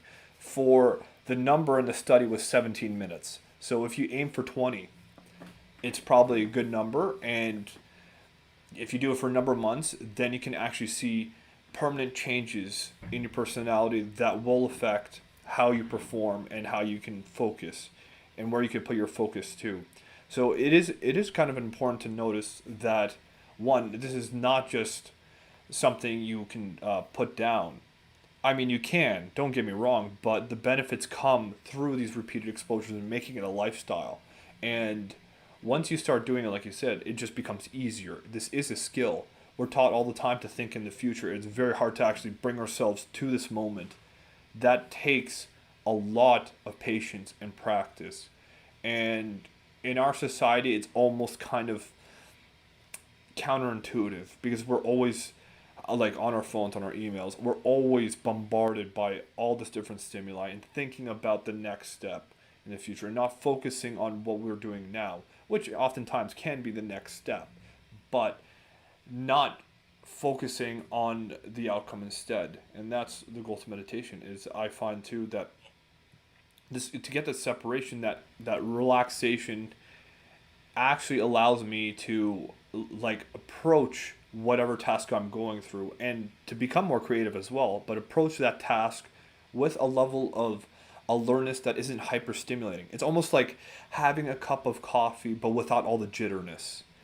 And I think for a lot of people, once they start implementing that and sticking with it, it is a hugely powerful experience. For me, I I've been making it my goal to become more peaceful with myself, because with anxiety it feels like there's this war within my head that that I'm anxious about the future. But at the same time, then it's like, stop being anxious about the future. You're being silly. And then I've used to fight my mind almost every day on little things. But as soon as I started taking a step back and just realizing that these are just my thoughts and they aren't me, and whatever the outcome is going to be okay. So the best thing I've implemented in my life is, as soon as I have those anxious thoughts, you know you're going to look like an idiot, or you said something wrong here. So people are going to judge you and think that you're not that knowledgeable anyway. And people like, what kind of value do you have to offer? So be it. If I have none, whatever. I'm still trying. And just to be able to walk away from that is enough to make me at peace with myself. And what I find too is having a goal that isn't about chasing happiness, but chasing that peace. Naturally, happiness comes as a byproduct. So when happiness comes, I can really appreciate it because I'm at peace, and I can live in that present moment instead of. I used to have the problem where I think a lot of people can relate as well, is once I have happiness, then I'm like, oh crap, this is not going to last long, so I better enjoy it while I have it. And then it becomes, oh my god, when is it going to stop? When I'm going to stop being happy? So then naturally, it goes away because I'm trying to force it to stay. But being able to let go of that is super powerful, and I attribute that to meditation. I don't think happiness and peace can exist without one or the other, and I even think like that feeling of, oh my god, this isn't going to last, what do I do? I don't even think that's ultimate happiness. I think that's the momentary feeling that you get of an achievement, or like you're celebrating the moment that you're having rather than the endless happiness that comes together. So it almost needs like its own different word and definition. But I think peace and happiness, it's very much the same thing, which I never believe in the idea of chasing happiness. I don't think it's something that's supposed to be chasing. It's not running away from you. It's always been around. I believe you're activating happiness, not chasing it. And I think by activating it is that realization that it was always inside of you. By you being able to bring that out, along with peace, it gives you the opportunity to be that person every day, and not letting external or circumstances take that and rob you away from it. Because if they have, you haven't really activated it. You were just bringing it out for the momentary run, which makes a world of a difference. I'm going to go back to what I said just a moment ago, which is the importance of being selfish with your priority, making sure that you checkmark the things that allows you to have the best day, and really have control over your mental health. Because what you said was very important, which is we're letting the busyness of the world allow us to neglect things like meditation, right? We're letting our to-do list, our tasks, our cell phone, our distractions, thoughts in our head from the day before, the things that needs to get done after the weekend. We're letting those things stop us from meditating because we think by sacrificing meditation is going to give us more time to do the other things. But if you're not in the right headspace, the time that you spend on that extra thing is not going to give you the longevity that you want. You're gonna find that it may help you in the short term, but down the road, you're experiencing things like more anxiety, burnout, depression, and other feelings that come with the fact that you don't have a good grasp of your mental health, and the fact that you're not in the right headspace to be doing the things that you're doing. This is why I made it such a big important part of my life, and a big priority, that it doesn't matter how big something else gets. I don't let the illusion of a task being so large make it feel like it's more important than taking care of my mental health. And when I had that realization, I started making sure that I stack them. I make sure that my day starts with meditation first, and then I tackle on these things, and don't let the fact that they're there are bigger tasks make it feel like it's more inflated. It's really not. It's just one other item on your list. It just may take more time to tackle it down.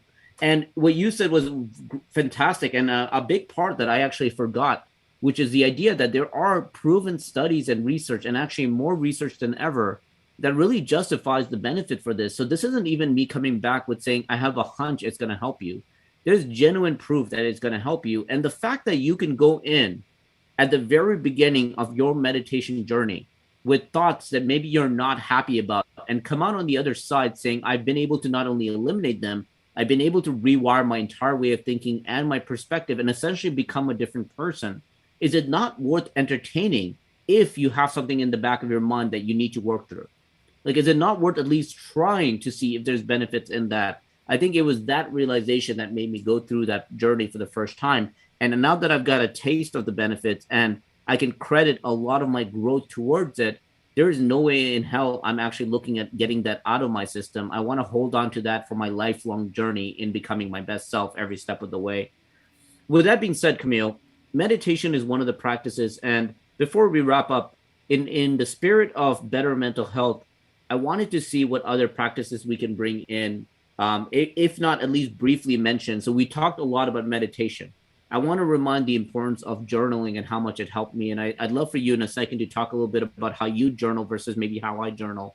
Then there's also other parts like working out and exercise and why that's a big part of helping. And as you just mentioned with that forward movement study, and someone like Obama that has it in his daily practice, no matter what's happening in the world, I think it's worth mentioning that exercise is a great way to also help your mental health just as much as your physical health. And then I also talked about audiobooks, something that I think has been a great inclusion over the last year and a half in my life, something that I started doing with my Audible account. Every month I get a free token. Well, not a free token. I'm paying for that token through the subscription model, but I can use that token to buy any audiobook. And what gets fun for me is every month I think about what do I want to learn? If I want to learn about meditation, it actually resulted in why I bought Joe Dispenza's book and listened to it because I wanted to learn a bit more about how meditation works. So thinking about what you want to work on, what you want to get better at, and being able to have that as, very contradictory to what we're saying, but as a passive listening tool, as a multitasking type tool, to me, the way that I think of audiobooks is this. I don't think I've ever done a good job listening to an audiobook from the beginning to end at full attention. To its credit, that's very difficult to do as an audiobook because it's always passively playing through your ears. What I do, on the other hand, is I've given myself permission to listen to it with as much attention as I can passively because I thought of it as it's better than not having it at all. So when I go for my long drives, let's say like a 2 hour drive that I frequently find myself doing on my date nights, I think about the fact that I could take in 2 hours of content with maybe at 60 to 70% attention rate. To me, that's far better than listening to my favorite song for the 300th time. And to me, I get a lot more value from that. The other advantage of audiobooks is being able to go back to a chapter that really spoke to me and listening to that a few more times, which allows me to retain better information. So that to me has become a huge part of my actions. And the beautiful thing about having audiobooks in my practice is that it doesn't just end at listening and learning. It comes in through things like this podcast show. It comes in through things like better conversations with others. It also comes in through the things that I do day to day and the ideas that I get. The journal that we released 2 weeks ago, they came out of content that I've been consuming and understanding that there's a need for this and that there's benefits to this. And because of that, it resulted in the release. So I would say those are a big part of it. I'm also going to throw in recording this podcast with you. I think it's worth noting because I've been thinking about the benefits of listening to this podcast, and there's this feeling of euphoria that I get every single time we're done recording. Like I'm fired up, I'm energetic, and I love that it's on a Sunday because it lets me start the new week on a good note. And I don't think I give enough credit to it. I know I frequently say I love these conversations with you because it helps me, but on a large scale, when I think about what's helping my mental health, Camille, is getting on these calls with you every Sunday, having a laser focus on a topic and listening and learning and chatting with you in order to allow me to get this like almost like an injection of motivation every week that I get to take back into the week. So I will include that in my practice. As we wrap up, Camille, I'd love to get your thoughts on what practices you have that maybe the listeners could start implementing into their life. We share a lot of the same ones. I have to say as well before I continue on to that path, if it helps to know that the yogis actually believe that that would be a great way to actually learn. That you learn without having that external barrier of these distractions, and become more receptive to that information because of that. And also, it's been shown in science that if you do a mental task and then you do something like exercise, like not intensely, but like go on a walk, maybe even a jog, or even just do something restful, like non-rest techniques, then you have better retention and you actually do learn. So I'm just gonna throw that out there so you don't think that you're doing things inefficiently, because that the science, you can use the science to actually help you prove that you're doing something in the correct manner. But my practices are pretty much similar. So we discussed meditation, journaling. I do journaling especially is helpful if you constantly have a certain memory that really does bother you, or you get the same feeling over and over again. To actually write down how you're feeling and where it comes from is can be curative, because you get to see your thoughts, your emotions on the paper, and then you could kind of see like where's this coming from? Why is this affecting me? Like this sounds strange. And then you become more naturally curious and explore to it, and you have to formulate those thoughts in a way that are like cohesive enough to create a sentence. So it can change and reformat how those memories are, because that feeling that you get from that memory, if it's powerful enough to haunt you, it's formed. It creates the same energy as the age it was formed. So if it was a childhood memory, for instance, when you're a child, it's very hard to learn how to manage these different things. Where now you can look at it as an adult and be like, huh, okay, I know how to handle this now. And then just having that is enough to let go. And to it's actually funny enough that you brought that up, because I'm reading Beyond Order by Jordan Peterson, which is his third book, and he actually has that chapter dedicated to. I forget what the rule specifically is called, but it is, if something is bothering you, write it down. So that is a huge practice I've used, and we talk in stories, and pretty much to us our stories are more real than our facts. So it's important to understand what story you're telling yourself, and when it comes to these memories as well, how they affect you can be changed by the way you write the story. So journaling is huge, and that's the way I journal, is specifically for that. But of course, I've recently discovered an amazing product called Journey to My Best Self, which I have been using, and that has been really helpful. So the gratitude practices, the checklist on the things that I have as my own personal priorities, I find that helpful. Exercise as well. I have to say that uh, physical movement is so important to me that it's just I can't live without it. I'm trying to think as well. Like there are a lot of other little things that I do naturally. I'm curious Yeah. about. Um, I'm also gonna throw in maybe, and correct me if I'm wrong, but when I based on how I know you, like I think like your recreational activity, like playing the guitar, is a practice that I would put in there. But also yes, like your nutrition, I think like exactly. like I think that's. Do you want to speak a little bit on those? Because I know that's huge for you, Oh, and yeah. in fact you've influenced a lot of that with me. I'd love for you to share that for the listeners as well. Oh, for sure. Yes. So nutrition and sleep are huge. Like to go to sleep on like the same time every night is is so powerful that it will change your life for sure. Especially if you're someone that's depressed, just having that can actually fix a lot of your issues. But nutrition, I find, is very important. So, I mean, it depends. There's a lot of different camps, and it's become a very dogmatic kind of thing to talk about. But generally speaking, when you say eat healthy food and don't eat processed stuff, people understand what that means. And you can go a step further and you have specific goals. I use an app called Chronometer, and that when you put in your foods, like your daily diet, whatever, it can tell you what you're deficient in. And from there, I learned to supplement other things that I'm deficient in or eat foods that will prevent those deficiencies.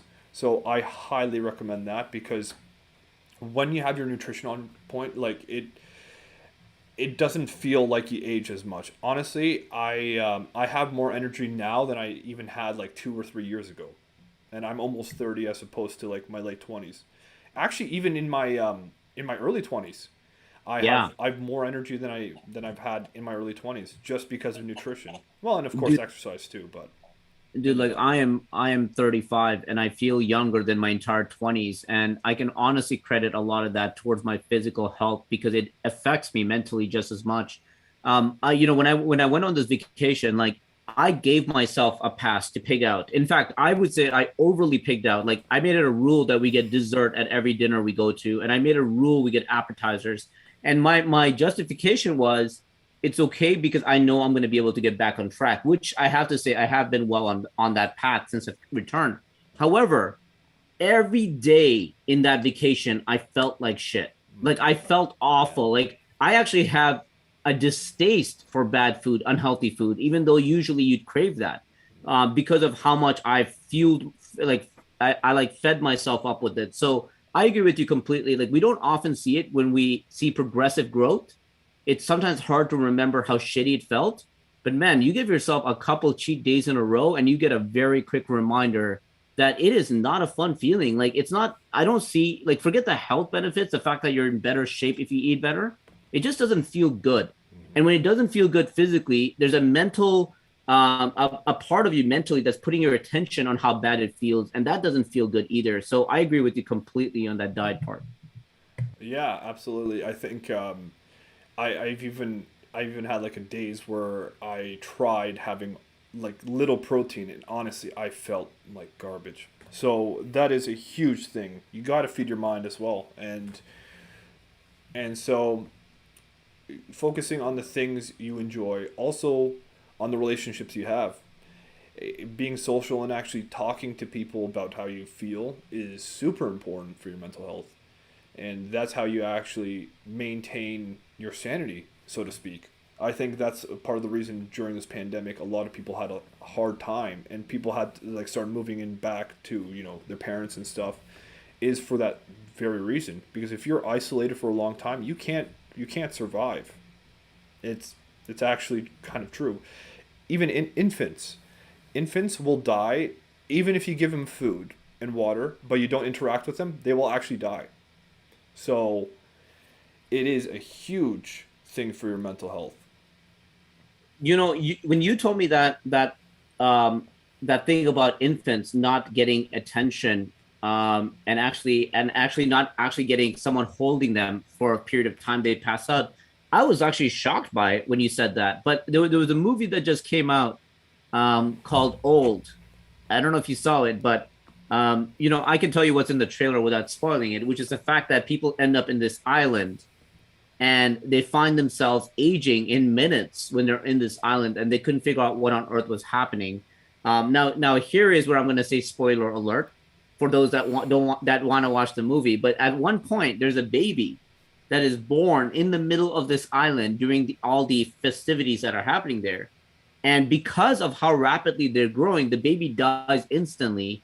And then the doctor that was there that was like looking into what happened with the baby, they found out that it happened because it wasn't getting attention, and because of how quickly it was growing up, it couldn't survive that, even though it had food and everything else. Like that to me, I was like, wow, how soon is it that Camille mentioned that it's actually being brought into a lot of these narratives, and it's so true. So I agree, man. That I'm so glad you said relationships is a great practice for mental health and who you spend time with and what you do when you spend time with them. Like there's a lot, you can be around amazing people, but if you're doing things that make you unhappy, there's a very high probability that you're gonna be unhappy, but also have resentment towards them as if it was their fault. So it is very important to have those conversations with your friends.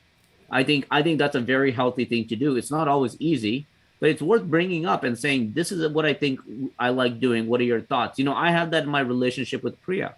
We talk a lot about what we do that makes us feel good, and we try those activities out. And sometimes if it's something that I haven't done, I'll try to see if I also feel good doing it, and if I feel good doing it, I'll do it again. If I don't feel good doing it, then I won't do it again, but at least now I know. And she's the same way. But being able to, as we talked about previously with past relationships, is blend those colors together. I think there's a lot of opportunities to find a common ground with blending those colors and really finding something that makes you feel good. And I encourage people to do that all the time. But this to me, I think is a huge practice. But this podcast, and I don't want to do this in a way that sounds promotional, because I'm not going to say we're the only ones that does this. I want to encourage people to take time and learn from other people's experiences. Like, I can't speak about this enough, with what a great opportunity that we have, that we don't have to learn from only our family members and our closest friends and relatives. That we have access to what may be infinite sources of information of people that have experienced things that maybe you're going through right now. And the fact that you can find out what their experience was, the fact that it's a conversation, you can actually input questions and maybe get responses. This could be on social media by sending someone a direct message that shared a similar story. This could be on YouTube, watching a video and sending them, writing something in the comments, where now it's not just the author, but a community of people. It's like going on message boards like Reddit and participating in themed conversations. It's like sending an email out to the podcast host of any show that stood out to you, and you have some questions and some thoughts. I encourage you to participate in those conversations and take advantage of the fact that there's really nothing in this world that you have to go through alone. Whether it's about getting professional help, or whether it's about the fact that you can reach out to someone that's experiencing something similar and exchange notes, you have the ability to do that every single day. And if you have the technology to listen to this episode right now, you have everything you need in order to be able to get that assistance. And I implore you to use that. I share my story a lot in my keynotes about how I was this young, super shy, extremely terrified, anxiety filled individual that didn't know how to ask for help. And I went through so many challenges, financially, emotionally, mentally, relationships that were lost, wasn't doing well in school and getting kicked out. And the hardest thing I found was raising my hand and asking for help. And because I never did that, I never got that help. And I'm so grateful now of being able to get the help that I have in order to get to where I am in my life, that it left such a big chip on my shoulder, Camille, that I dedicated my career into helping others out in the same way. And I do it through things like this podcast show, through things like releasing a book and journals, to getting on stage and speaking, to content on social media. And I hope every single day that I do that, it's giving that other individuals an opportunity that are maybe also afraid to raise up their hand. But please know that you're not in it alone. The statement that I'm saying over and over again, because today is World Mental Health Day, I'm seeing the statement, it's okay to not be okay. And I want to reinstate that, followed up by, you're not alone, and there's a lot of people here that's available to help. And Camille, I'm so grateful that you come out here week after week and give your best, not only sharing your most personal stories, but practical ways that you articulate so well that people could apply to their life. This is just a small version of how much you do for me through our friendship over the years that I've got to know you. When I think about who has really helped me with my personal growth and get out of the most difficult situations in my life, you're right there on the top. And because of that, I'm so grateful that you're doing this with me and helping others as well. If not through my words and my stories and my encouragement, I hope it's through yours that they get the value that they need in order to get out of a bad place. I'm super grateful for everything that you've done, and like you've actually nurtured me and kind of like coached me to do this. I wouldn't have been able to do it myself, so I don't take that for granted. I'm really appreciative of everything you've done, and I mean, I attribute you to a lot of my success as well and a lot of my confidence. You've helped me through a lot of dark shit, and I mean, I can't imagine what I would have been without you. So I'm really grateful and thank you. It really Right means a back lot. at Yeah, right back at you, brother. I mean, I think the beauty is finding each other and helping each other along the way. And I hope every single person that listens to this episode can do the same thing and really do it themselves. I want to sign off on this episode by just reminding you that all we do here every single day is share our thoughts, our opinions, our expertise, and our stories. We share our experiences here every single day, hoping that there's a benefit that you can get out of it. But if you're looking for professional help, I do encourage you to visit websites that will allow you to get that. So for our Canadian viewers, please go visit CMHA, which is a Canadian Mental Health Association.com. .ca, and then the Americans, you have the American Mental Health Association. You'll be able to get help there. But from our side, I really hope you were able to get even 1% of benefit that you can apply to yourself to be able to help your mental health and get better every single day. Camille, next week we are officially dropping chapter 10, which means after 9 solid episodes of giving our best every single day, we're going to be finally joining the double digit club. And I want you to know, as someone that's been in the podcast space for a long time, how rare that is. The stat actually says that about, I think it's 80% of people that start a podcast show don't make it to double digits because they give up and they lose consistency and they lose the drive, or they're not getting more than 3 listeners, and that upsets them and makes them quit.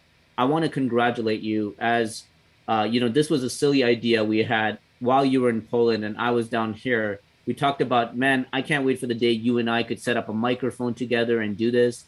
And our hopes down the road is still to be able to do it in a shared podcast space together. But for what we were able to do, I want to congratulate you on your first podcast show and being able to truly deliver not only on consistent content, but quality content, approximately 2 hours per episode. And I wouldn't be doing this with anyone else. So congratulations, man, on such a great ride that's leading us to chapter 10 that happens next week. Thank you so much. And like I said, like I can't imagine doing this with anyone else. So thank you. I really do appreciate it. And I did recognize that, yeah, the next one is 10, our 10th. And I was kind of blown away by that. I'm like, oh my God, wow, 10 episodes. That's that's just amazing to me. You think about 10 episodes, an average of 2 hours, almost 20 hours worth of content, man. Just take that Yeah. in. You and I sat in a room, in this virtual room for 20 hours, throwing our best into the ring. And I'm so proud of what this podcast show has become. I go back so frequently and listen to this. As a matter of fact, on my 5 hour flight both ways on my vacation, I downloaded our episodes to re-listen to it because I enjoyed that much. Not just for the enjoyment of the fact that I get to do this with one of my closest friends, but the fact that I get to do this and learn from you and get motivated every single week. So I'm excited to be back next Sunday as we hit the double digit club and get real comfy, bro, because the triple digit is a long way away. I truly believe that we can get there. Even if it takes us a few seasons, we'll make it happen. But Camille, as always, thank you so much for being part of this. And I'm excited to keep this going next week. Yeah, me too. Thank you so much. For my listeners, thank you so much for tuning in. If you're listening on an audio platform or device, I encourage you to hit the subscribe or follow button so that you can get notified every single time we drop a new episode. And if you really are getting value from this, I want to encourage you to write us a review.